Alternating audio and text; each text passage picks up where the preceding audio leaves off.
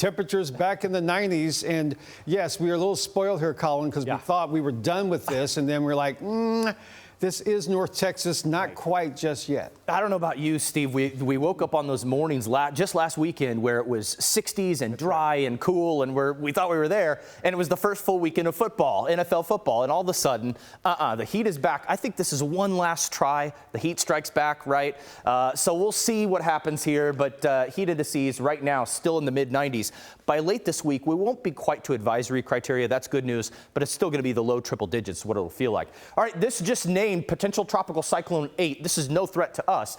This is interesting, though, because it may come back out and form a separate storm. There's now a moderate chance of development just off the Carolinas. So some weird dynamics happening here off the eastern seaboard. Either way, though, take a look at the spaghetti tracks and the Hurricane Center forecast. It'll strengthen to 50-mile-an-hour winds. That's tropical storm and make landfall tomorrow midday.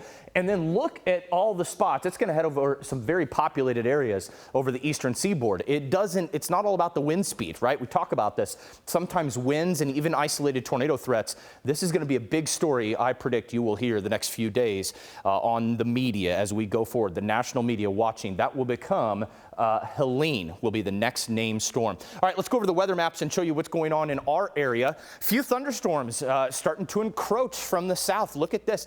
We're hoping they do. We're very unstable. So anytime this rain cooled air from thunderstorms that rain themselves out pushes north, you get more development. And you kind of see the wind flow here. I have the radar really sensitive. As soon as that runs into these outflow boundaries, you get storms that pop up.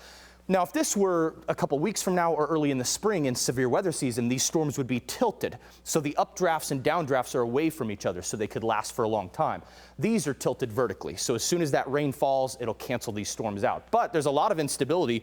So these are mainly through central Texas and the 45 corridor. But we hope they move just north into DFW. Our southern counties through about 8 o'clock, you have the best shot. Part of this is coming from that remnant hurricane, Francine. All that moisture is still circulating around Arkansas and Missouri. It's kind of squeezing out. Picture two spots squeezing into one area. That's why these showers and storms are forming right over central Texas. Let's go to high-res Futurecast. Again, it starts to bring some up towards Stephenville or our southwestern counties. That's a little optimistic, but we hope to see some.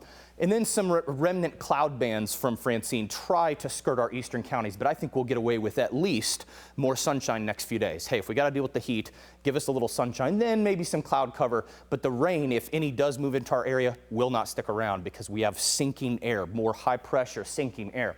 So the next dip in the jet stream is looking more promising. Look at this. There comes that bigger trough. This is going to dip far south into Baja, California. And then even though it ejects north over the central plains, it causes what we call an axis.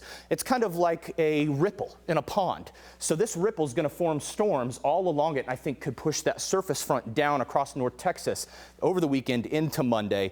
And here's what it looks like on Futurecast. Look at this. So pretty quiet this week, activity all around our high pressure, but then it lines up west of us Saturday. This looks pretty promising. It's shown run after run, so we're already keeping rain chances there for the weekend. All in all, though, another muggy evening up to heat indices in the low 90s by tomorrow, and then probably feeling like the upper 90s by 5 or 6 o'clock. Heat indices, not good Wednesday, Thursday, but then those rain chances really increasing by the weekend. And we're hopeful that that pattern change is still in there on the models. As of right now, it does look like things are going to change for late September, Steve.